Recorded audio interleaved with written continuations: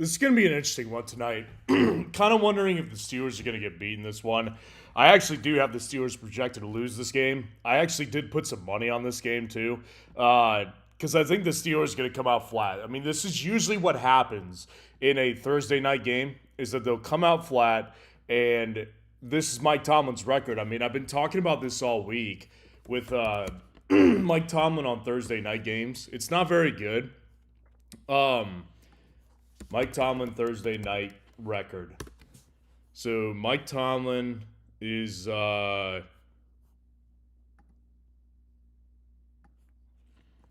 see if we can find it. I saw somewhere that he was like 9-11 on Thursday night games. So yeah, he's not that great on Thursday night. So I think the Steelers are going to lose tonight. I actually, like I said, put some money on the Bengals, and that's something you could do when you go to underdog, for example. Like underdog, you're able to bet on outcomes, not bad, but you're able to put the over, the higher, lower on outcomes of games now. So it's really cool what underdog is doing right now.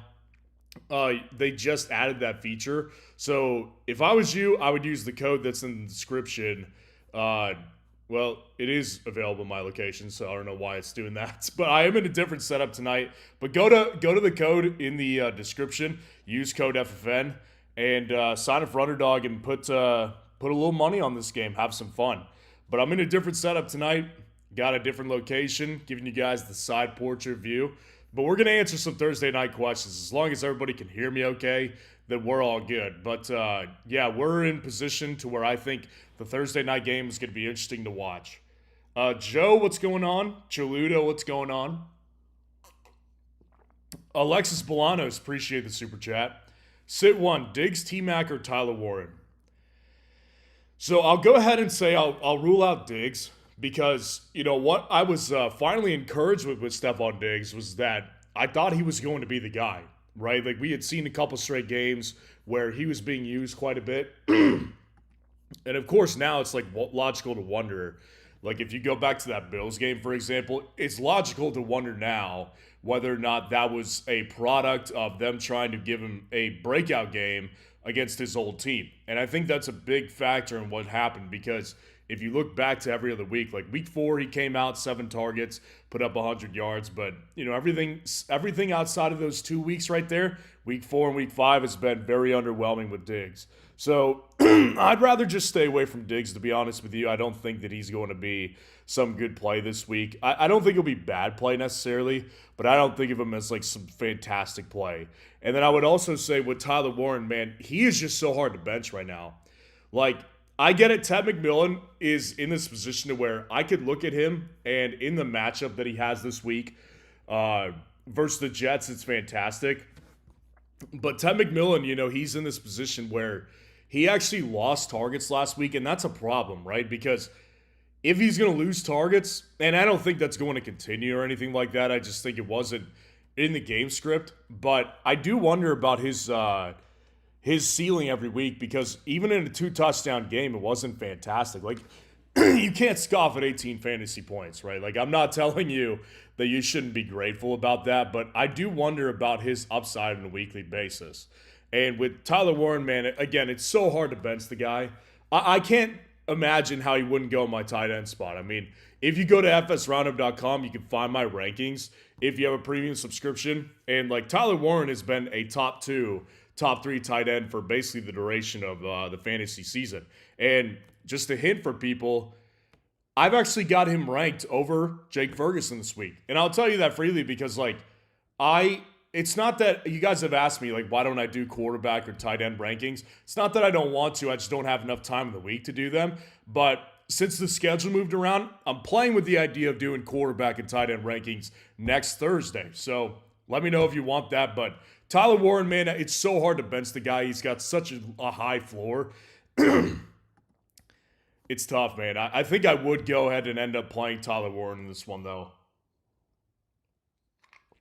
Appreciate the super chat. That is how you get your question answered right away. You can jump the line by doing a super chat, but until then, we'll let you go from top to bottom. Chaludo, Swift or Brian Thomas Jr.?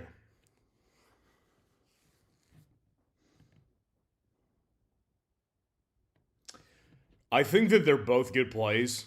In fact, I think that Swift is a guy I talked about earlier in the week, and I said, listen, the good thing with Swift that I really like is that Ben Johnson, things you can find out a lot when you listen to head coaching press conferences and they're being asked questions by the media and just things that they have to say, man. Like, you can find some interesting stuff.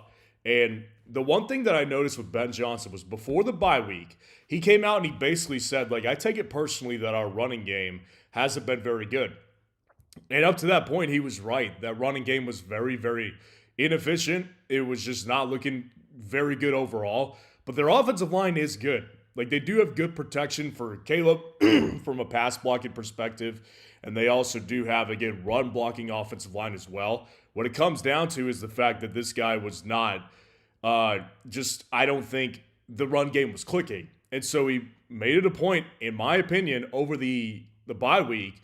And Swift comes out and does this. That's kind of why I'm like back on Swift a little bit, because I spent the offseason above board on DeAndre Swift and overranking him compared to the rest of the community, because I saw with DeAndre Swift, like, Ben Johnson, better offensive line. How does it not work when he doesn't have competition? And that's not changing. Like, the competition is still not there, but it is this weird thing where it's like you can't really trust him. It's against the Saints, which is a great matchup. But the same thing with BTJ. Like, BTJ, I'm playing Brian Thomas Jr. in one of my other leagues this week, and I'm not doing it comfortably, I'll tell you that. Overseas games are not good. They're not good. And the Jags might be the only one that's immune to it, because they play overseas like at least once a year. So it's not that I don't like the opportunity there in an overseas game, but I definitely don't like it as much as I do if it was in Jacksonville. So I'm gonna go with DeAndre Swift, because they're close enough ranked for me where I can't really, say it's like a massive. It's not a massive difference or anything like that, but I definitely will go ahead and pick DeAndre Swift. Appreciate the super chat. Or that wasn't a super chat, but appreciate you being in here. Adam Pecoraro, what's going on? Brees, Chase Brown, I'm assuming, or ETN. Pick two for full pot. I'm assuming full PPR.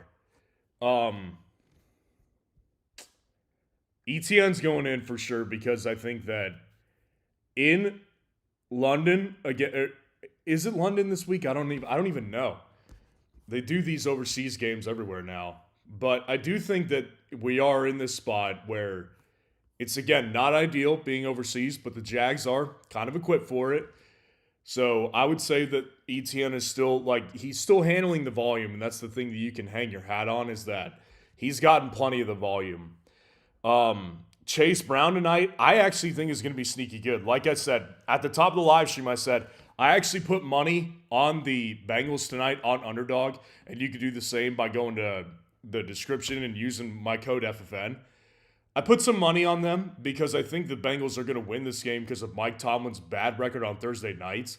And you could argue with me, well, how does that help Chase Brown? Well, the reason it helps him is because if you watch a Tomlin team out on a Thursday night, they're flat and they're unprepared, they're uninspired. And I think that happens a lot with defense when we see with Tomlin. And so I think that being a Thursday night game, I think there's an opportunity here for Chase Brown to possibly have his best game in the season.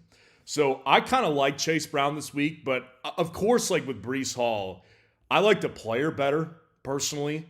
The situation clearly is not better, if at all, in New York, but I definitely would say that I would play Breece Hall, because, the good thing with him is he sees all the volume, much like Chase Brown does, but I just have a better belief in him as a player, and the matchup for him is actually really good too against the Carolina Panthers.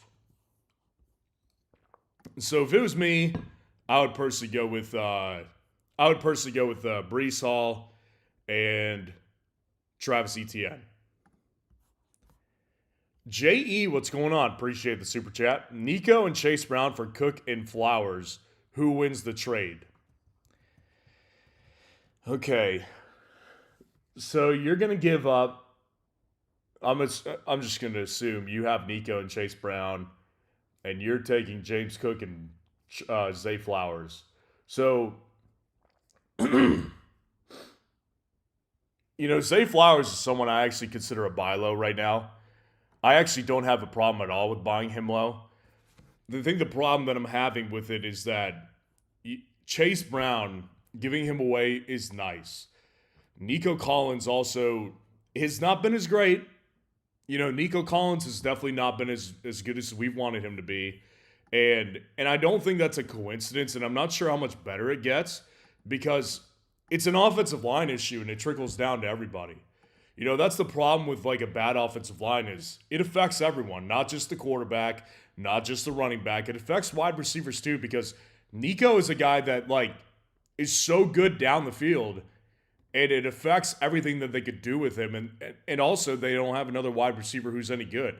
So like Nico has just not had a massive game yet because double, triple coverage on him a lot and their offensive line isn't good enough for him to develop many downfield routes.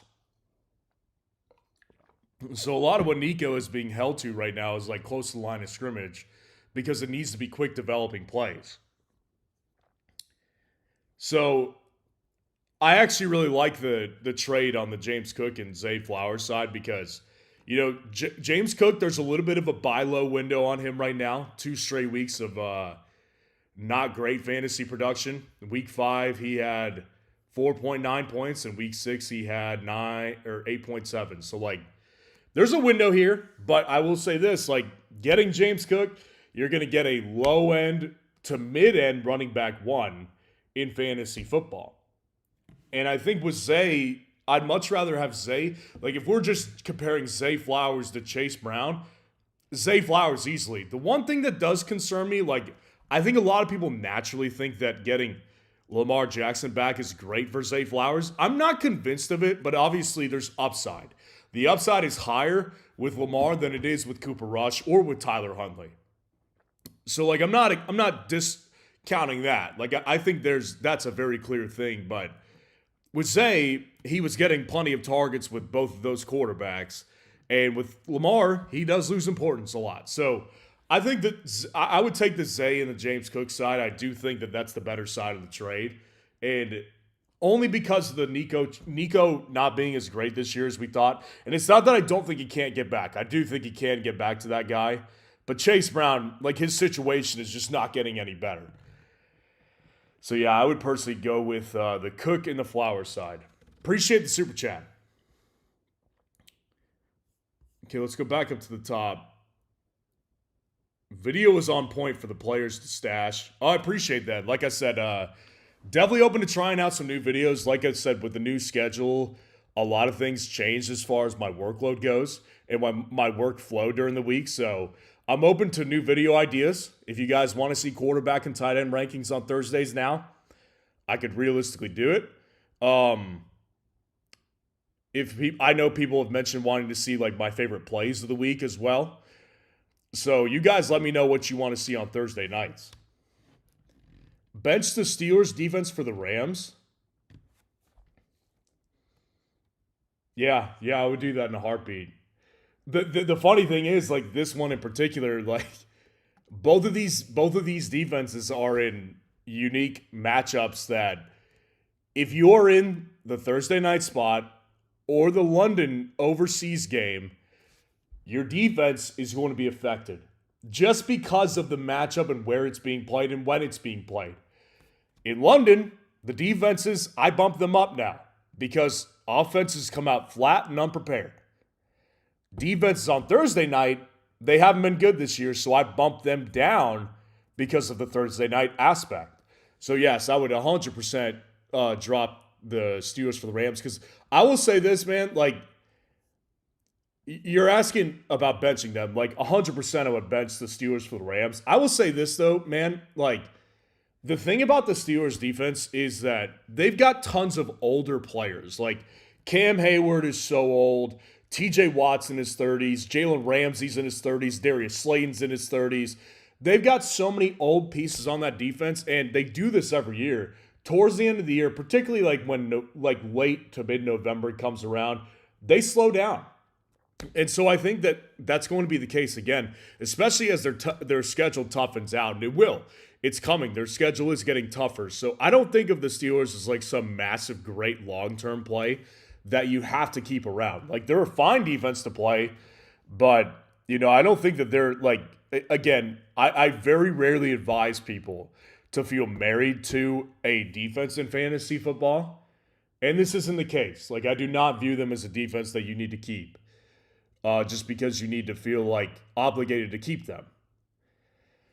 Nathan, what's going on? Appreciate the super chat. Sit Chase Brown for Marks, Spears, Tez, Dobbs, Cup, or Mason Taylor.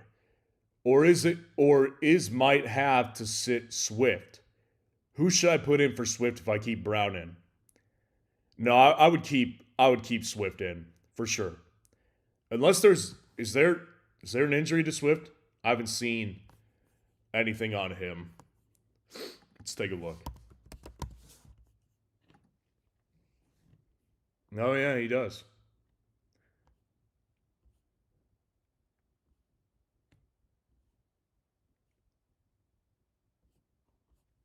Okay. So he's limited on Thursday. They're playing on Sunday, so we should get a report from Wednesday too. He wasn't listed. Ooh, yeah, that's it. Oh no.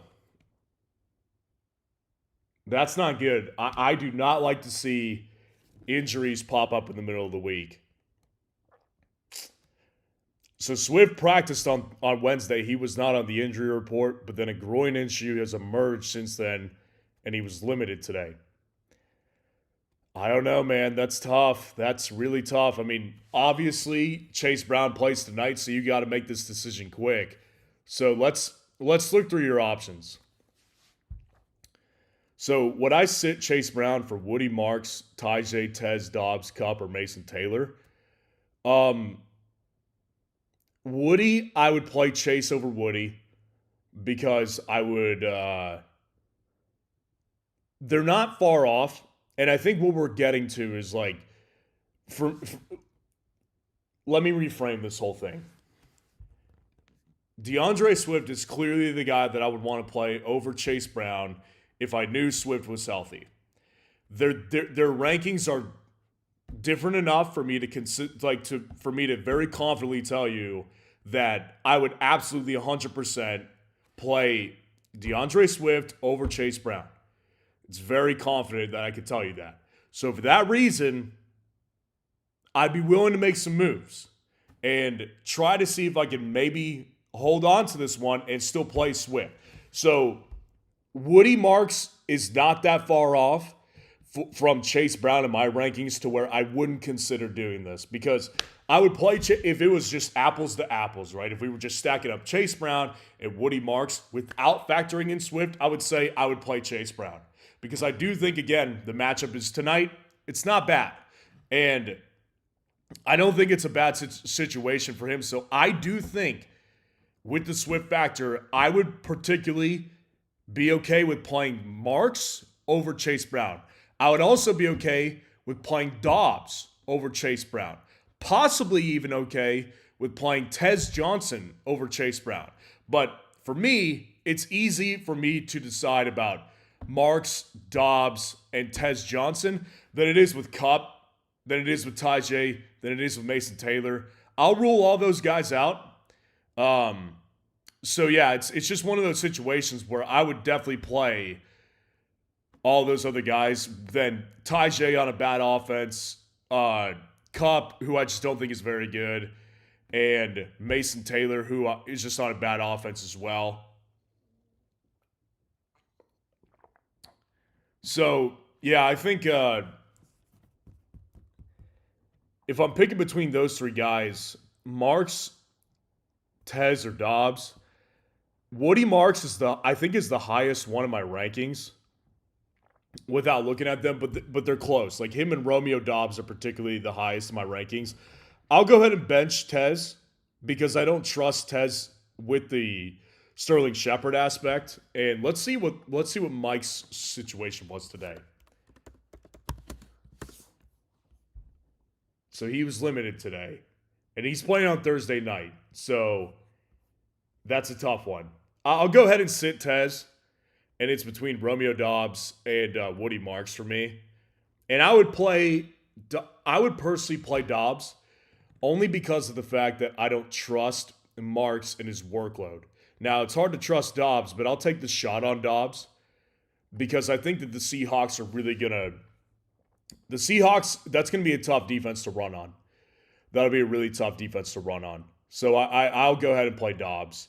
But to be clear, like I'm trying to do what I can to keep Swift in your lineup because that's, for me, the best decision. Keep Swift in your lineup, and I'll go ahead and bank on the fact that he plays, but if he doesn't, I'll play Doubs.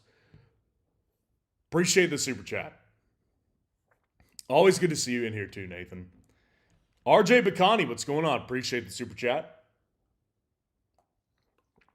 Good to see you in here as well. Got Kyron, Rashad White, Jamar Chase, Tet McMillan, Warren, J.K. Rico. Evans currently on the bench. Do I start Evans over Tet, J.K. or Rico? His injury makes me nervous. I don't blame you. It's definitely fine to consider the injury here. I do think it's worth keeping in mind that he has an injury that's... I mean, this is not a new injury, right? Mike Evans is in his 30s, and he has had this same injury forever.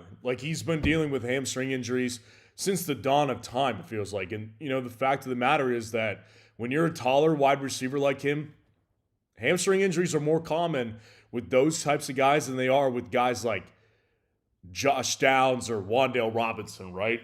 So, yeah, I think that it's a very logical thing to be worried about. It's really just a philosophy thing, though, for me, because, if it was my team, I would personally play Mike Evans over JK. I'd play him over Tyler, or I'd play him over I'm assuming Warren is Jaylen Warren, but maybe not. I'm assuming that it's Jaylen Warren, though.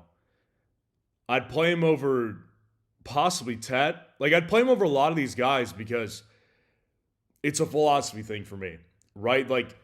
I'm all about upside. Maximize upside. I'll take the risk because I want the upside. And with Mike, there's the only risk that's there is the re-injury factor. And it's real, but there's no risk as far as him not getting work, right? There's no real risk of Mike losing opportunities in this matchup because he's going to be their wide receiver one, right? It's Sterling Shepard, it's Tez Johnson, and it's Mike Evans if he plays. But, also the fact of the matter is he may or may not play. And he's a Monday night game. So the way I would handle this, again, I'm only going to speak for myself right now. If this was my team, I would be preparing to play Mike over particularly Jaylen Warren.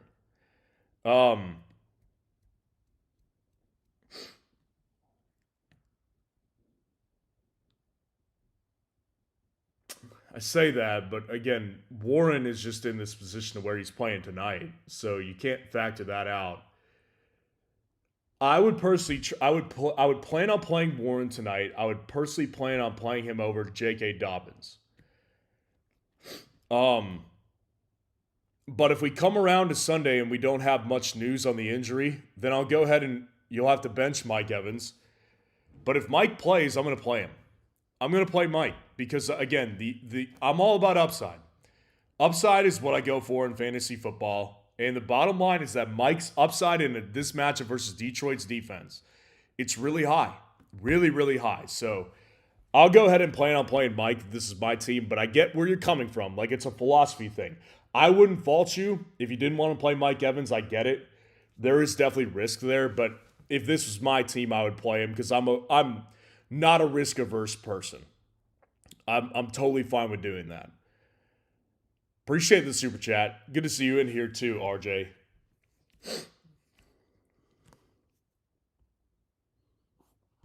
Okay, let's go back up to the top. Bill over Warren? Yeah, I would play Bill only because the matchup is so good. Not that Warren's matchup isn't good, it's great. He has the Bengals tonight.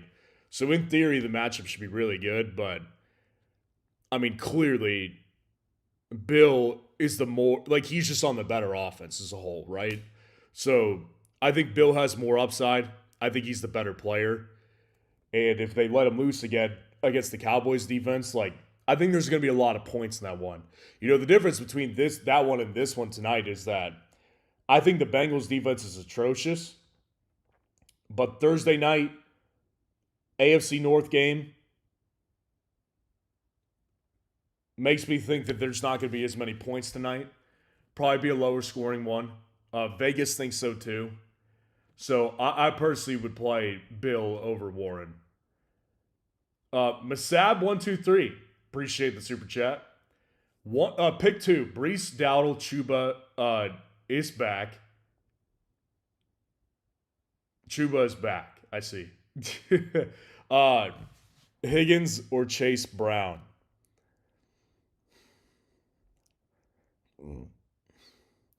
I'd pick Dowdle for one of them because, again, I think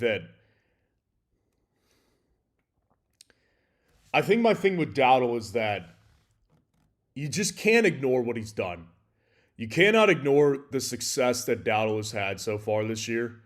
It's been excellent, and I don't think that Dave Canales can ignore it too. I think it's just going to come down to how big is the split. Because they're not going to just make Rico irrelevant, but I don't think Chuba will be irrelevant either. It's so hard to bench Rico right now, though. I got to tell you, like, I'm not typically one to move off a guy if he's red hot. And the only way I would do that, like, I think a good guy to compare him to is Kendrick Bourne, right? Kendrick Bourne, if everyone was healthy again, like if we knew Pickens or if we knew Kittle was coming back, if we knew Jennings was coming back, if we knew Ricky Pearsall were coming back, if we knew Brock Purdy was coming back, I would be totally fine with moving off of Kendrick Bourne because I know that his role is shrunken. Like he's not going to all of a sudden command a bunch of work because like he just earned a spot. Like he definitely earned his place on the roster and for depth purposes, but Kendrick Bourne is not someone that I would continuously bang my head against the wall and continue to play after all those guys were healthy. Rico's different, man. Like this guy came in 200 plus yards in 2 straight games. That's pretty crazy, man. Like you don't see that very much, and he just made that team so much more efficient offensively. So I'd go Rico as one of them. And then what it really comes down to, like, I'm going to rule Higgins out because, again, Higgins just isn't high enough in my rankings. He did move up, like, with Flacco, but I just don't see it, like, tonight, particularly. I don't think that it's going to happen. I mean, it could, but with your options, I'm just not going to do it. It comes down to Chuba, Brees, and Chase Brown. And I don't really want to play both Panthers backs, so I'll rule out Chuba. Brees and Chase Brown, I answered this earlier. Like they're very close. It's a gut call. Like Brees versus Chuba is definitely a gut call, but I'll end up going with Brees because I believe in the player more. I believe in the talent more, and I just think that he's just it's the situation's not better, but the matchup is better in theory versus the Panthers. He's getting all kinds of work, and he's about to get more of it. Like that's the other thing with Brees is that his workload is so set in stone because they don't have Garrett Wilson. Like, for one thing, and Braylon Allen, obviously, since he's been out, Brees has done fantastic. So, yeah, I think for me, Brees is about to see tremendous amount of work. So I'll go Brees, and I'll go with Dowdle. Appreciate the super chat. RJ Bacani, appreciate the super chat. Warren equals Tyler Warren. Yeah, I mean, I'm not sitting Tyler Warren. I stand by what I said, which is that if he plays, I'll bench JK. But again, you only know, like, only make this move if you have a clear indication, one or another, that Evans is going to play. If we come to Sunday at 11 o'clock Central Time, or whatever you're waking up, and we have no news about Mike Evans, that's bad. And I don't want to risk it.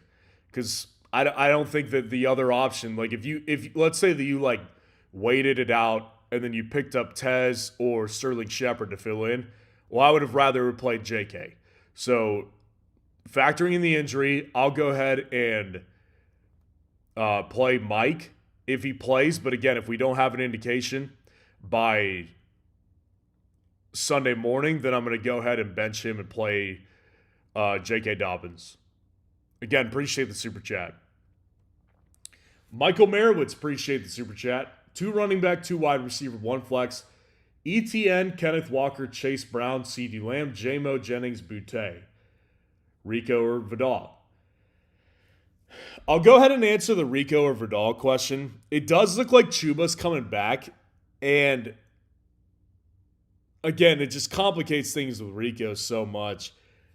You know, the thing with Kamani Vidal is that it's so hard for me to envision this team taking away volume from him because of like what he just did. Like what he just did, right? What he just did is come out and play too well to ignore, right? Like you go to Kamani Vidal and FS Roundup, completely free to do this, and just look at what he's done. Like look at what he did last week. I mean, Vidal, 18 carries, 124 yards. That's extreme efficiency. 4 targets. Like he had 20 plus opportunities, and he showed really well on all of them. This week against the Colts, I don't see why they would change it all of a sudden and just play Haskins. Like Haskins just isn't. Haskins has always been a pass blocking running back. That's what the Chargers have used him as over the years.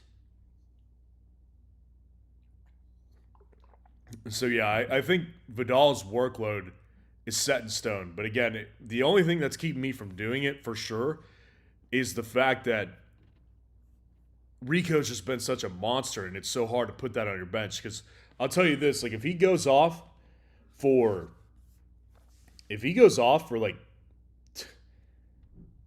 30 freaking points again on your bench, it's going to feel bad. And I'm going to be mad because I told you to sit him. My rankings say to play Rico, but they're not far off enough for me to like confidently say like it's the best move. But I'd probably still play Rico. The way he looked, it wouldn't shock me if they went ahead and just said, we'll give you 80% and Chuba like comes in on passing downs or something. Could be a bad move, but it's a move I would make personally. So I would say I would play Rico over Kamani Vidal. And then 2 running backs. Let's go with pretty easy, ETN and Kenneth Walker. Actually, it's not. Like Chase Brown, I actually would end up playing over Kenneth Walker because I'm going to stick with my gut tonight. And my gut is telling me that Chase Brown has his best game in fantasy. I think he can get in the end zone tonight. Steelers off a bye week. Or not off a bye week. Steelers on Thursday nights, not good under Tomlin. And defenses on Thursday nights, not good. So I'll stick with my gut, and I'll say I'll play Chase Brown over Kenneth, but I'll play ETN for sure. And then your wide receiver CD is going back in your lineup without question. And I would play Jameson over those other guys. I think Boutte is actually someone I have ranked over Jennings this week. Jennings is playing with injuries, man. Like, it's going to be a bumpy ride. Like, there will be games, particularly with Brock Purdy, and it could be Brock Purdy this week. There's going to be games where Brock Purdy and him hook up for some good plays, but there's also going to be a lot of bumpy games. Like, what we just saw from him last week, right? Like, where he's just not that involved. It makes a lot of sense because the guy is injured right now. He's dealing with tons of broken ribs. He's dealing with an ankle injury on top of that. He's clearly not healthy, right? So, yeah, I'll go ahead and play Jameson Williams. I would play Boutte over Juwan Jennings. But I'll play J-Mo in that matchup versus Tampa. I think there could be a lot of points. So all we need is our flex. So it's between Kenneth and Boutte for me.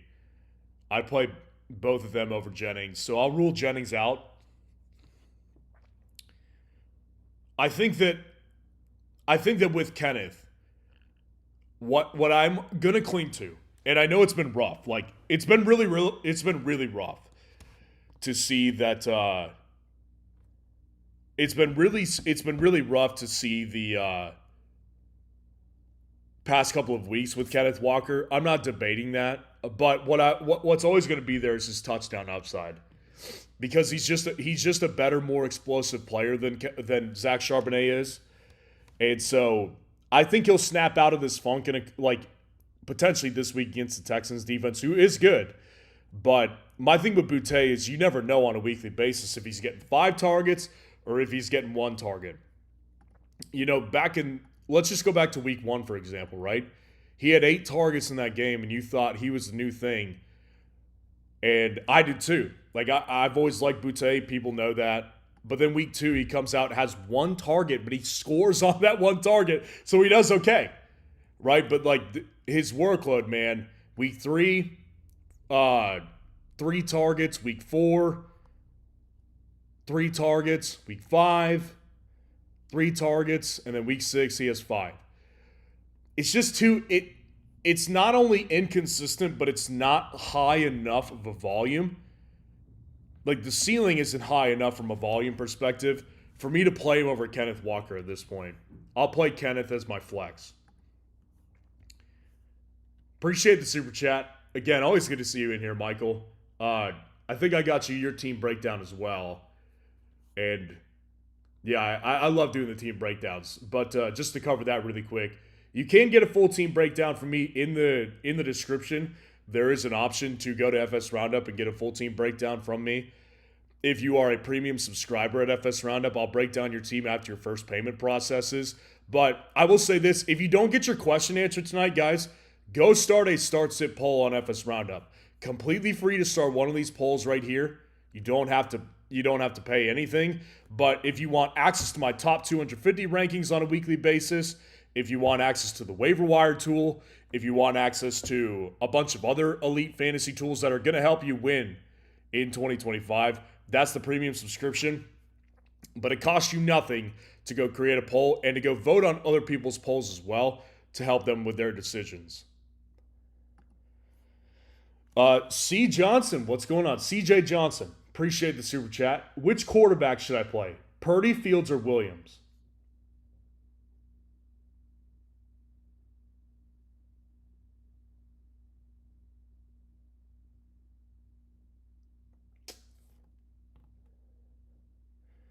They're both pretty Fields. I'm gonna rule Fields out. I'll rule Fields out because of the fact that I do think the matchup is fine. It's all about the weapons and lack thereof. I mean, they're just not the weapons are just not good enough. So I'm gonna rule out Fields because I think he's just in a brutal position. How does this guy throw for 100 yards passing? Right, like it's so bad. So I'm going to go ahead and rule him out. Purdy or Caleb Williams, they're close. Like, they're very close. Purdy, for me, I really like Purdy from a fantasy perspective because the guy does move. Even when he was injured, that one game that he came back, even when he was injured, he did move. And they're against the Falcons on Sunday night. That could be a really good, fun one to watch. There could be a lot of points in that game. Because I don't think the Falcons' defense is great. I think Josh Allen and the Bills are just going through a tough time. But, yeah. No, I'm definitely interested for sure. Caleb, on the other hand, I saw this earlier today that the weather is going to be a factor. The winds are really high. Caleb has such a strong arm, it doesn't really matter, and he moves. So they're playing the Saints. I'll take Caleb Williams personally. Appreciate the super chat. Just wanted to address something I'm seeing. Bane of Your Existence 88. You said you've been a paid member for weeks now, still waiting on a response to your email. Again, like I've said, I'm definitely behind on team breakdowns right now, and I'm still trying to catch up. I've gotten so many more than I could ever have imagined I would have gotten, so I apologize for being slow on these right here. But I'm working my fastest to get through everything. So after I get off the live stream, I'll check on your email, and I will, like I said, I'll get through it as soon as I can. but I just wanted to address you here in the live stream, let you know, like, I'm not ignoring you. It's just like I've got a ton of them in the backlog, and they take a lot of time. Like, that's the one thing that I hope people understand with these is that I try to break down everyone's team and give a lot of time to them in detail. So it takes time, so I appreciate your patience, and I just wanted to let you know, like, I have not forgotten about you. Rock out, appreciate the super chat. Trade offer for Mike Cook and ETN for Bijan and Algier. I mean, it's hard to turn down Bijan, I'll tell you that. Even though you're only going to get one guy who's like, I mean, realistically, like, Algier can be played. It's not out of the realm of possibility that Algier can be played. I have no issue with that whatsoever. But the issue that I have is that you're obviously going to give up two startable assets. Like, again, you can play Algier in certain situations, and there would be times where I would say, like, yeah, I could flex him over, like, Cooper Kupp or Travis Hunter right now. But am I going to play him over T. Higgins? Probably not, right? Like, there's a limit to how flexible Algier is, especially when you have Bijan. But Bijan, obviously, like, the whole equation is, like, Bijan is a top-tier running back. The question really comes down to is what we saw from Buffalo's offense with James Cook in the first 4 weeks, excluding the last two, is that a mirage? Can we count on that to happen again? First of all, I think we can count on it to happen again. Buffalo's going into the bye week. I would imagine that they're going to sort some things out. But I'm not going to argue that Bijan is not the better option. Bijan is 100% the better fantasy option. 100,000%. Like, he's just the offense runs through him. He's their Josh Allen, right? Like, everything is going to run through Bijan. So he's a game changer. It goes against a lot of, like, logic. Like, because before I trade, I run through every possibility, right? Like, what happens if, James Cook comes out and gets, like, 5 straight 20-point games? Even if it happens, man, like, and Travis Etienne is solid, I don't think it beats having Bijan. I'll be honest. Bijan is in that category this year with Puka Nacua when healthy, Jonathan Taylor, Christian McCaffrey. Like, those 4 guys, Bijan Robinson, McCaffrey, Jonathan Taylor, Puka Nacua, when they're healthy this year, those are our true league winners. That's my early race, at least. I mean, they're carrying people through matchups right now. So I would personally go with Bijan. It's just impossible to not want to take him. Appreciate the super chat. Good to see you in here as always. Adam Thompson, what's going on? Appreciate the super chat.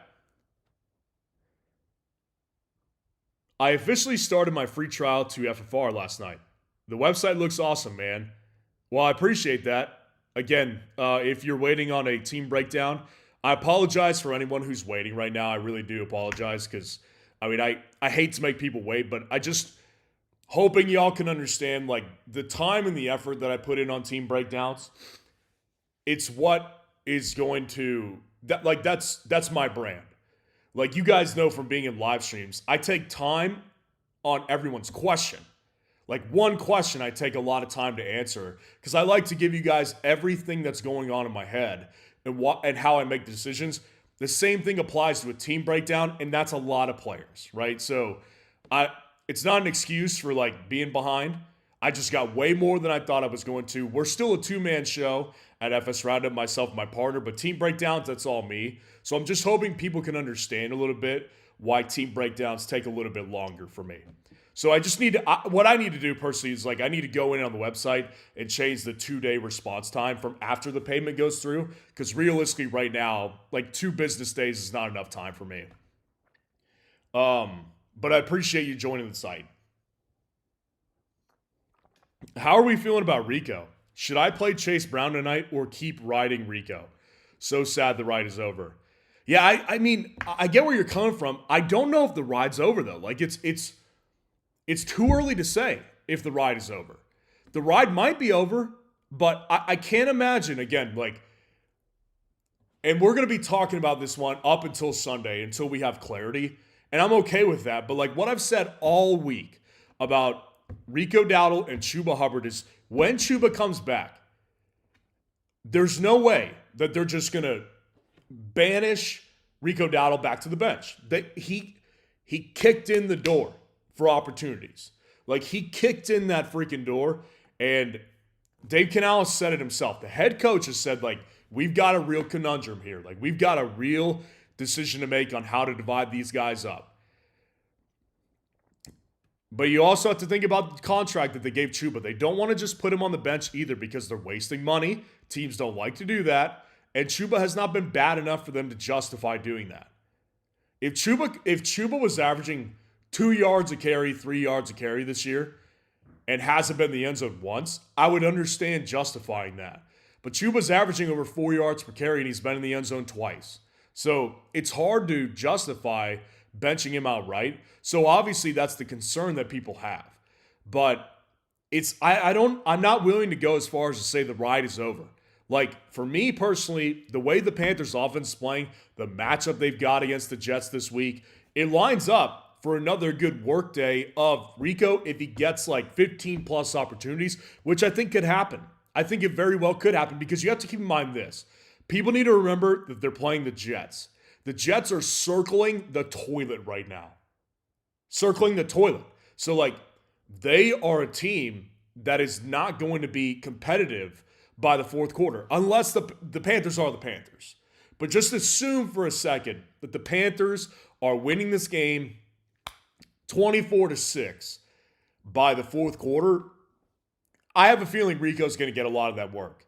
So if I'm deciding between him and Bill Krosky, that's a tougher decision. But between him and Chase Brown, who I do think has his best game, but I want to make it clear, that doesn't mean that I just think that he's going to be. It doesn't mean that he's just going to be some guy that I think is fantastic. I think Chase Brown is capped tonight, so I'll go with Rico Dowdle. I'll take that ceiling. Appreciate the super chat. Rock out. Appreciate the super chat. Also got the Texans running backs and Steelers running backs. Okay, so you have Woody Marks and Nick Chubb, I'm assuming you're saying. And you have Kenneth Gainwell and Jaylen Warren. Yeah, you've got, like, obviously the depth. You're going to lose depth, right? Like, you're having the Texans and the Steelers running backs as depth pieces feels a lot better than having to rely on them on a weekly basis. I don't think that's, like, you can survive. With Bijan Robinson, you can survive Nick Chubb or Jaylen Warren as your running back too. And if you have Woody Marks, fantastic, because that guy, particularly him, can become a really, like, breakout player. Like, he could become a real league winner if they give him volume, because he's a better player than Chubb. But obviously, just have him as a depth piece right now, that's good. I would definitely say that I'm fine with having those two guys as my running back twos. Like, decide between matchup, right? Jaylen Warren, what his matchup looks like on a weekly basis, and Chubb, what his matchup looks like on a weekly basis. I think it's worth it to get Bijan. I would still make the move. Appreciate the super chat.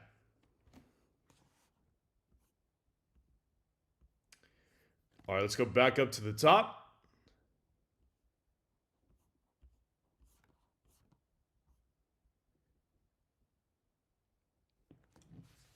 I have Swift and Rico. Would you trade these away for Cook and Pacheco? Tom Coffey asks.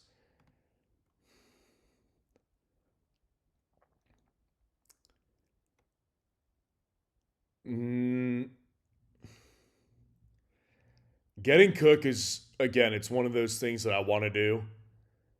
Pacheco just doesn't offer me much. So it really comes down to the question being is James Cook one of those guys that's worth having over two startable assets? Is it worth having the upside with Cook over the two assets that you could start on a frequent basis?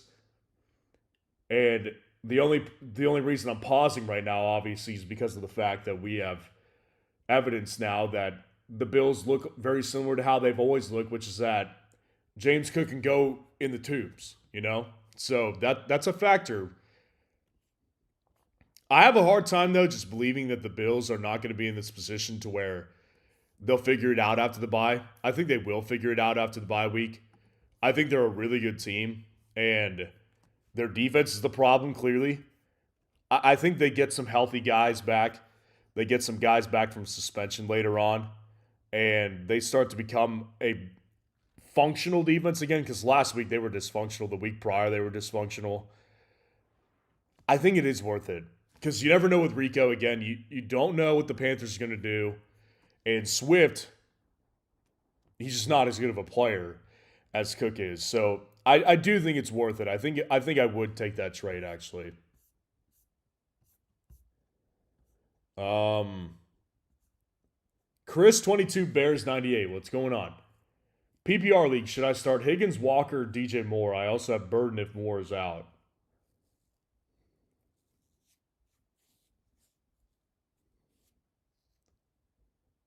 Yeah, I like having Luther Burden for sure.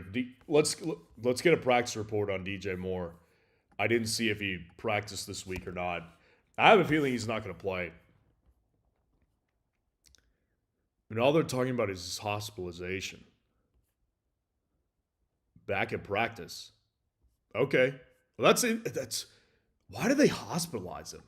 Anybody have any info on that? I didn't look enough. I didn't look deep enough into this. On why they hospitalized him.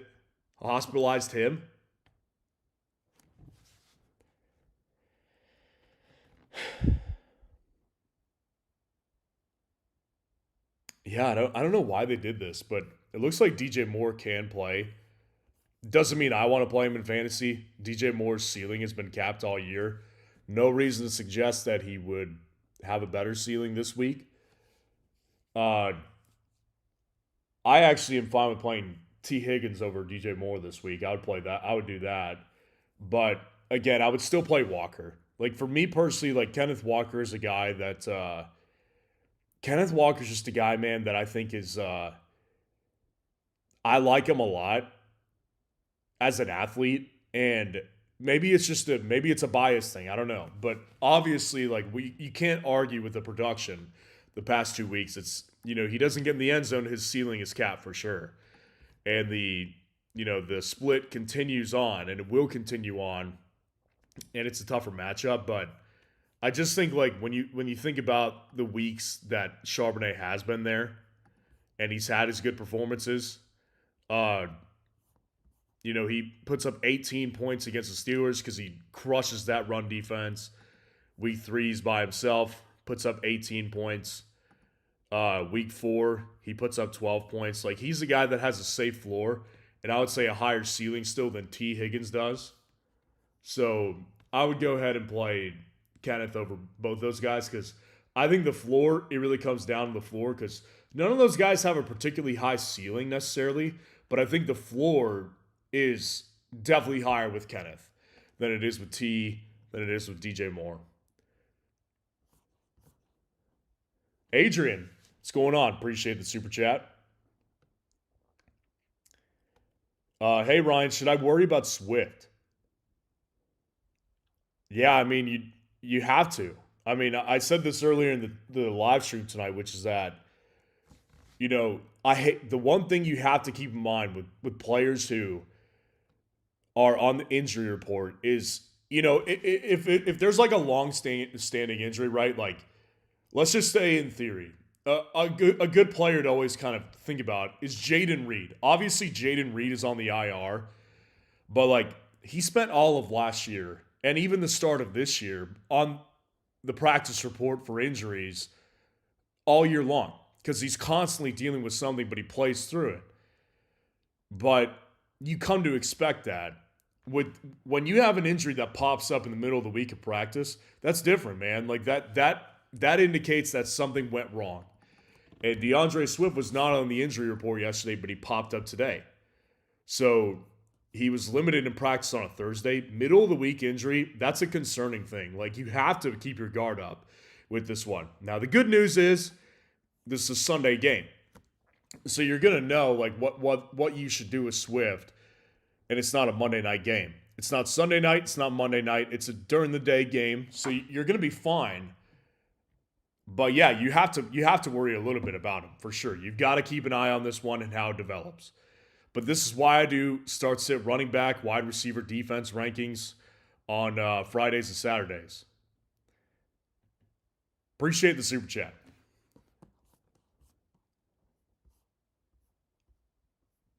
Start to Swift, QJ, AJ Brown. Pretty simple for me. I'm going to play Swift, and if QJ plays, I'm going to play QJ. Let's check on him. Did he practice today? I think he was limited yesterday. So he practiced fully. He's going to go. So he practiced fully today. QJ's going to go. Yeah, I'm going to go with QJ over AJ Brown. I think the upside is just way higher. Like, things are just clicking with him. Like, him and Justin Herbert, they have actual chemistry that's growing. Whereas with AJ Brown, his chemistry with Jalen Hurts is actively deteriorating. So until they can get it figured out, like, it's not that I'm not gonna bench AJ Brown over Darius Slayton or Kayshon Boutte or Trey Tucker right now. But I will say this, like, I'm not gonna play him over Tet. I'm not gonna play him over Michael Pittman. And I'm not going to play him over Quentin Johnston because there's no need to. I think the upside is just better in the chemistry with the quarterback. It's just better right now. Like, AJ Brown is just in a range right now for me where it's like, I don't have to start him. If I don't have to, I won't. I'm not going to force myself to start him. And for me, Swift and QJ are well ranked in my rankings this week, several spots above AJ Brown. I'd put AJ on the bench and I would play QJ and Swift.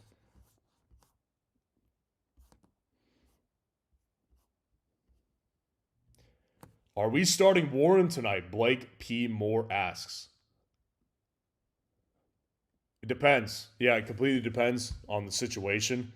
I'd play him a spot over Chase Brown. I would play him over Woody Marks. I'd play him over Zach Charbonnet.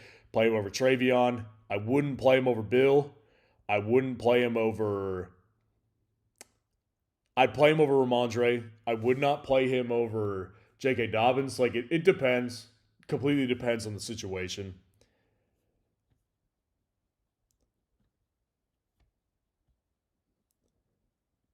Jose Valdez says, waiting on a tight end video. Yeah, like I said, you guys let me know. Like, in the chat, let me know if you guys want to start seeing quarterback and tight end rankings. Realistically, if we keep this schedule the way that you guys wanted it, and it may change, it may not, but I could start doing quarterback and tight end rankings on Thursdays. But I heard the wind's going to be high, so thinking of picking up Mason Taylor because of the Waller game. I've heard that as well. I did hear that too. Here's the thing with me personally. Like, I've never been like a big talk about weather guy on this channel. And I was thinking about that today. I was driving today and I was like, I wonder, like, why is it that I don't factor in the weather as much several days ahead? Like, I only take weather into account on the actual day of the game. And the reason why I think is because I have a natural, like, I just grew up with distrust of weathermen. Because I live in Texas, Central Texas, and like in Central Texas, like, they always predict rain for us. And like, we don't get cold weather down here. So it's like whenever the temperature goes to like 30 degrees Fahrenheit, people will always be like, the weatherman would always come on, oh, there's a polar plunge coming our way. You guys better bundle up. Don't leave the house. And it's like, God, you guys are just freaking idiots. So I just grew up with like a natural distrust for weathermen. That's why, like, when I see something like, oh, the Miami and Cleveland game, the winds are high on a Thursday when the game's on Sunday, I'm like, who knows? Like, realistically, we don't know that yet. So, like, I'm fine with picking up Mason Taylor in case, but like, I'm still gonna play Waller personally.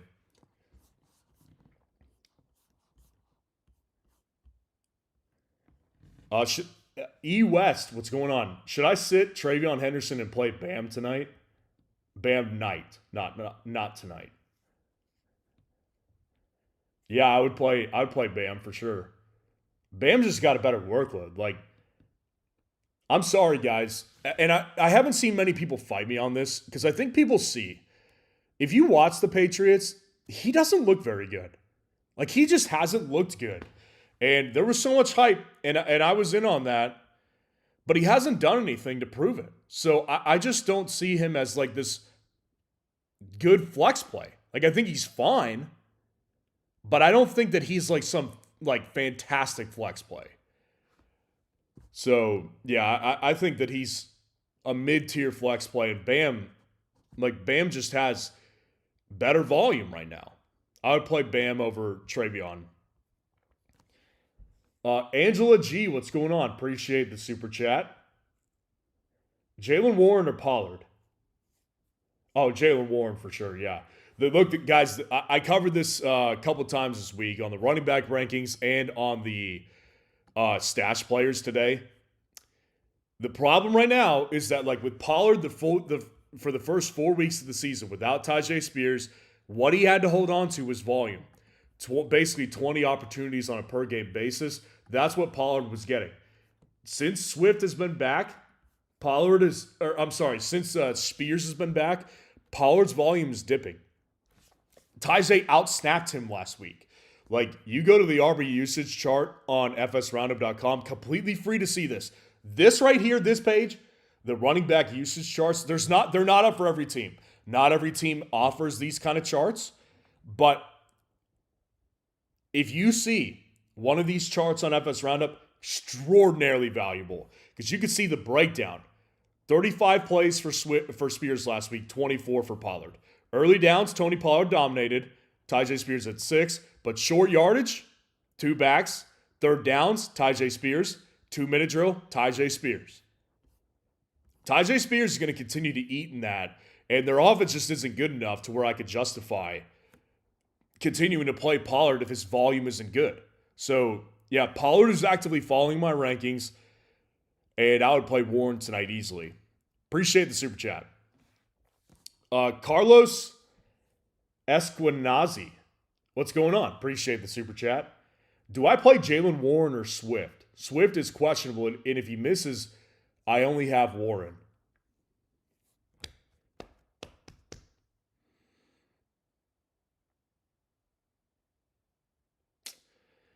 Yeah, it's tough. If he misses, like, you're screwed, basically, is what you're telling me. And if that's the case, you can't take the chance. Like, if you told me, like, I think we got a question earlier tonight, someone had Woody Marks, somebody had, if you would have, like, Ramondre Stevenson, if you would have, Michael Carter, or someone in that range, like, I would say, just hang on and just, plan to play them if Swift doesn't play, but you're screwed. I mean, you can't if you don't take Warren tonight and Swift doesn't play, then you're screwed. So yeah, man, I don't think that you could take that chance. I think you got to play Warren. You can't take that chance if you are truly screwed. If you don't play him, then your answer is made. Like, your question answers itself is what it comes down to. So, yeah, I mean, you got to play Warren. Appreciate the super chat. Adrian, appreciate the super chat. Should I drop Pollard for Spears?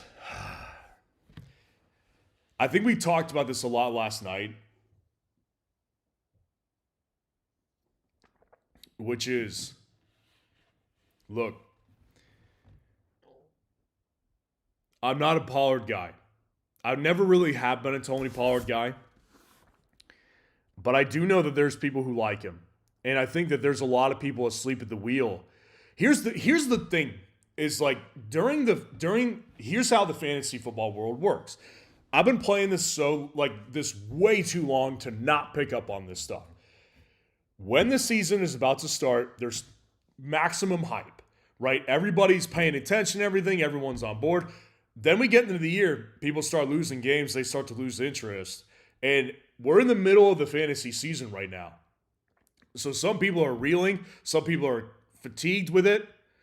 The bottom line is that not everyone's paying attention right now. So sometimes people get asleep at the wheel. And Tony Pollard started out the season with maximum volume. Now, he hasn't done anything on it, but the volume people still view as very steady with Pollard. And nobody really sees Tajay as a massive threat if they're not paying attention. So my point in saying all that is to say, listen, with Tony Pollard, he's got trade value. And I said this a bunch last night.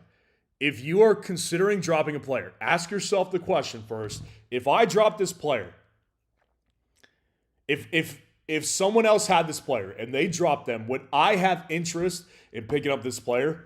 And if your answer is yes, or if you even have to think about it for very long, then that player has trade value. Like if you drop Kendre Miller, right? Like someone may pick him up, but that's a guy that doesn't have a significant amount of trade value, right? Because he's got a starting running back ahead of him. But Pollard is a starting running back for now. So, like, you can't drop Pollard. I would personally try to trade him. Like, Adrian, I don't remember if your team is an ESPN team or if it's a Yahoo League. I don't know if you can trade for Fab, but trading for Fab is something I would try to do if you can. And if not, maybe try to get a wide receiver. But yeah, if no one trades for Pollard, I'd wait another week. To see how things go. Things are definitely looking up for Tajay. I mean, 35 snaps again. This tells a lot. 35 snaps compared to 24. And you could tell me, well, it's because they were losing. Well, they're always going to be freaking losing. So, like, if this is the workload, this is going to be a year-long thing. So, I'll give it one more week. If we see numbers that are similar to this,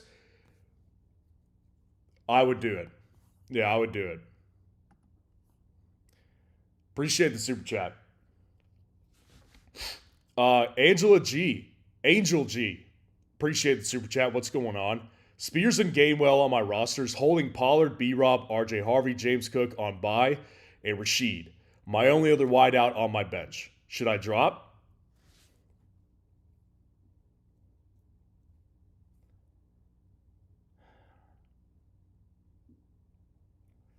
Spears and Gainwell on the waivers, holding Pollard, B-Rob, RJ Harvey, James Cook on bye.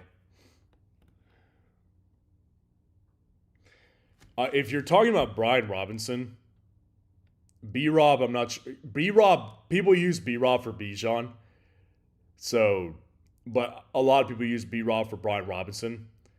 So if you're talking about Brian Robinson, I'm fine with dropping him. Like, unless you have CMC, Brian Robinson's not really worth holding. Like, maybe there's value if you wanted to trade Brian Robinson to the Christian McCaffrey owner. But I'm going to operate on the assumption that B-Rob is Brian Robinson. And I'm fine with dropping him for either one of those guys. I would prefer Spears, personally, because I think there's more room for him to grow into his starting role. The Jaylen Warren, I don't think there's... The Steelers, I just know how they work. And they like Jaylen Warren a lot. Like, Steelers fans like myself. I mean, I've got my Big Ben shirt on today, my Big Ben rookie year shirt. And, you know, Steelers fans, we like Jaylen Warren. Because he's a hard-nosed player. He gives it his all. He's a try-hard guy. Like, we like Jaylen Warren. And the coaching staff likes him too. So I know that Warren's not going to go anywhere. Pollard, he could easily give up more and more work over time. So yeah, I would personally prefer Spears. And again, like I said, I'm going to assume you're talking about Brian Robinson. Obviously, if you're talking about Bijan, you don't drop him. And if you're not talking about Bijan, I don't think any of those guys are worth dropping for either Spears or Gainwell. I just don't think they are. Appreciate the super chat. Nate Willis. Appreciate the super chat. Worthy or Evans back from injury in the flex? Alternatively, pick up Quentin Johnston or Breece Hall for the flex. Got Judkins, Scadaboo, Jefferson, and Odunze rostered. Well, that's a good start. I mean, you're those four guys that you have definitely have tons of value. I don't know how Quentin Johnston's on waivers, but you got to pick him up. He's not. He does not belong on waivers. It must be a shallower league because Breece Hall is on waivers too. But to me, like Quentin Johnston should not be on waivers. To me, he's still like a top 15 wide receiver moving forward. So I would pick up Quentin Johnston for sure. And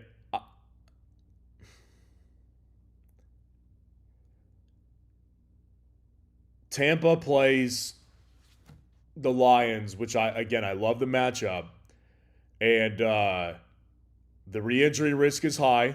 Or I mean, I don't know if it's high, but like it's there. So you have to factor that in. But at the same time, man, like again, I said this earlier tonight. I'm a risk taker. Like I like to take the risk if the upside is high. I'm not a risk averse person.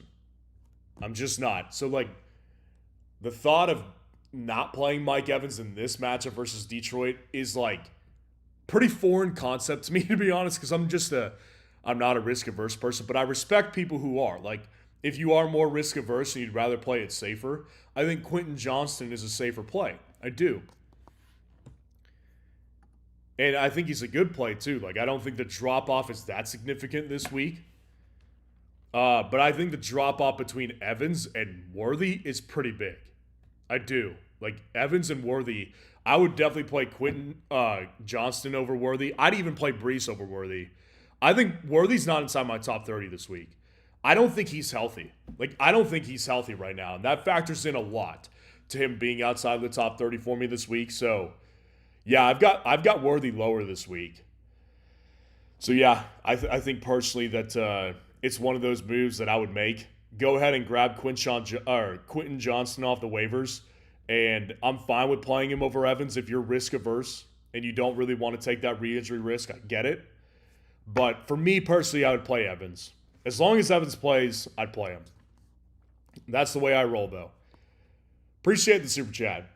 Okay, it's 7 o'clock, so we've got time for a couple more. We'll speed race through a couple more. Again, like the video, subscribe to the channel to show your support. And again, if you don't get your question answered here tonight, I'm going to answer as many as I can right now. Go post a start-sit poll on fsroundup.com. Completely free to post a poll, completely free to vote on the polls.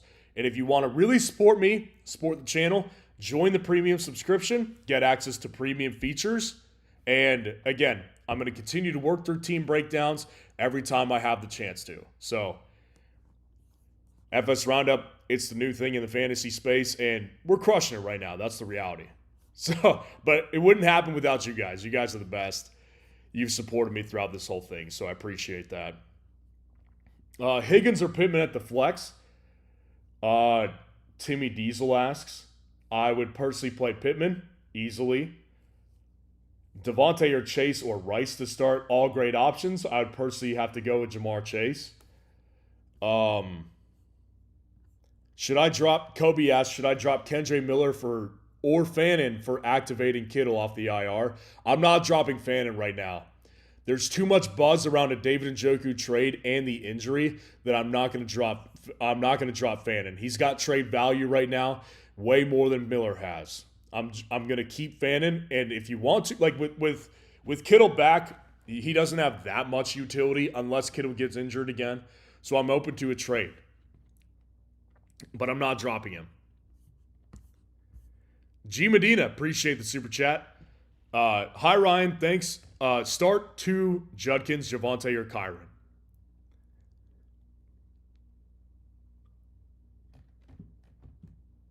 Javonte's got to go in. I just think that the matchup versus Washington, the amount of points that Dallas puts up on a weekly basis. Last week was a blip on his record. Like, realistically, like, he's been excellent outside of 1 week. And I'll give him the grace because, like, I've seen enough. I've seen enough from Javonte to give this one, I'll just count it as a blemish on his record in 2025. The workload is still his, though. Like, he got 18 opportunities. So it's not like he's losing work. He's had a bad week in fantasy. That's okay. All of them do. But if you look at his game log, that's the only really bad game that he's put up this year. So I'm okay with playing Javonte after a bad game. He's proved enough to me this year. And my other guy is going to be Kyron.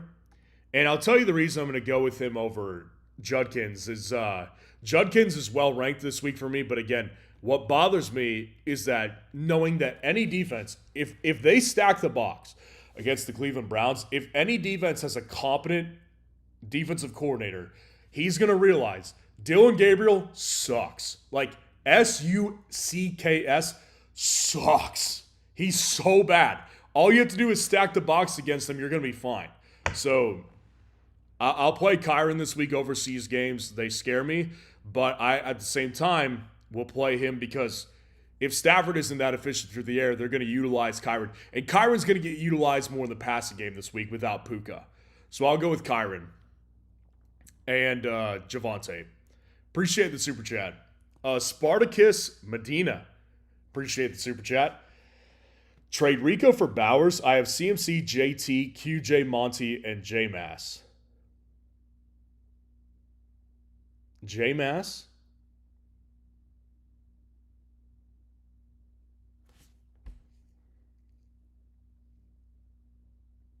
Jordan Mason? Yeah, Jordan Mason, I'm assuming. It's so tough, man. I mean, obviously, it makes so much sense. Like, if logically, it makes a lot of sense to do this move. But, Bowers, it may just, I was thinking about this. I was on a walk yesterday, just thinking to myself, like, is it going to be a lost season for Bowers? I mean, Laporta, Detroit last year, like, Laporta didn't have his best year. It was his second year. He was coming off a massive rookie year. And, I mean, is it just a trend? Like, because he's injured and we don't know what his timeline for return is. I would imagine, I think they have a week 8 bye. The Raiders do. So I would imagine that he comes back after the bye. But who knows, man? I mean, who knows if he looks right? He did not look right for the first several weeks that he played through the injury. Week 1, he was good. But week 2, okay. Week 3, okay. So I appreciate what they're doing, holding him out. But I don't know, man.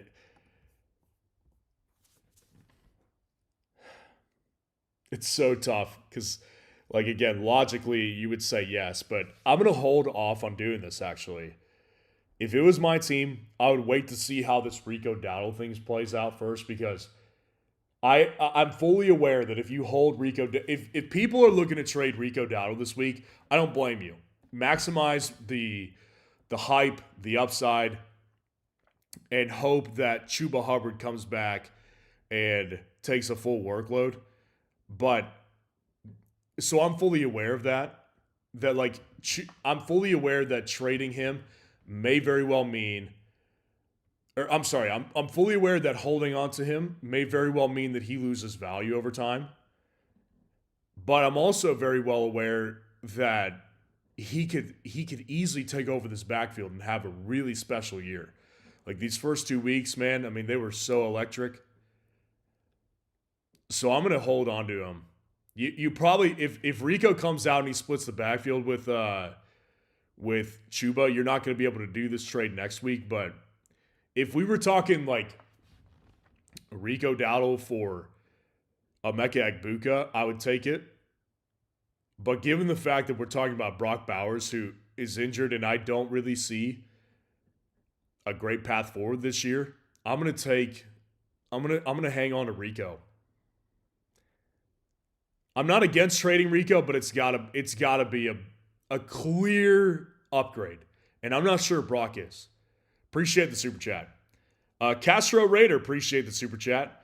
Pick up Rodgers, Flacco, Stafford, Penix. Allen is on the bye. Yeah, this is a great time. If anyone has access to my premium rankings, for premium subscribers on FS Roundup, you can see my rankings on a weekly basis. And quarterbacks and tight ends are completely up to date. I finalize those on Thursdays. And you'd be surprised like how highly ranked Rodgers and Flacco are for me this week. I actually have them very well ranked. I think that Rodgers is the guy that I prefer over Flacco. And considering this matchup, I hate these overseas games. And especially on the West Coast, like that's a big time difference, man. That's a longer travel for them on the East Coast as well, or the West Coast as well. So I think Stafford could come out very flat. I don't like Stafford very much this week. I would play Penix over Stafford, but I would play Rodgers over all those guys. Rodgers and Flacco are back to back. Like this, if this one bombs, I'm gonna feel really bad. But I'll tell you this: like I actually have a pretty good amount of confidence in Rodgers and Flacco tonight for fantasy purposes. So I would personally play Rodgers. Appreciate the super chat. And then fantasy forecast, we'll probably end it with you. Appreciate the super chat. Trade my Diggs and Bill for Devontae Adams.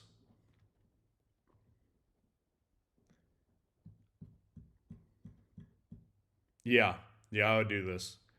This makes sense to me because Diggs is not a guy that I'm not sure if we'll ever get to a point where Diggs is going to be a safe flex. I think he's a fine flex. And Bill, I do think is going to be a good running back too. But I'm not sure if we're going to get running back one from Bill because he's still going to have work taken away from from Jeremy McNichols. Devontae Adams has had a couple bad games, but realistically, like he's going to continue to do really well in this offense most weeks because Stafford most of the time is playing really well. Again, past 2 weeks, been a blip on his record, but I'm fully on board with taking Devontae Adams for that trade. Appreciate the super chat. All right, we're going to go ahead and end it there. Game's almost on, so appreciate all y'all being in here. If you didn't get your question answered, I tried to go through as many as I could. But if you didn't get it answered, go start a start-sit poll on FS Roundup. Join us on the site. Completely free to vote. Completely free to post a poll. But if you want to support me, the channel, what we're doing, join the premium membership. Get access to premium, groundbreaking features on the site. So like the video, subscribe to the channel on your way out. And I'll see you guys after the game tonight. Love you guys. Let's enjoy. Jer snuck in a super chat on me. Appreciate it. No, you're good, Jer. I'll answer you. Flex one full PPR, Vidal, Wandale, Jacoby, or Golden. I'll rule out Jacoby. I'll rule out Golden because I would play Wandale and Vidal over both of them. The only problem I have with Wandale this week is that I do think that he's a slot player, so I don't see him being matched up with Surtain the whole time, but Denver's defense is tough. I don't love the opportunity. I like the opportunity for Vidal much better. And I think that you're in a position to where, again, you can realistically expect Vidal's workload to solidify because he was just that good. So like, yeah, I think I would personally play Vidal over Wandale Robinson, but they're both very good options. So I'll play Vidal. Appreciate the super chat. All right, we'll end it there. Love you guys. See you guys after tonight's game. Peace out.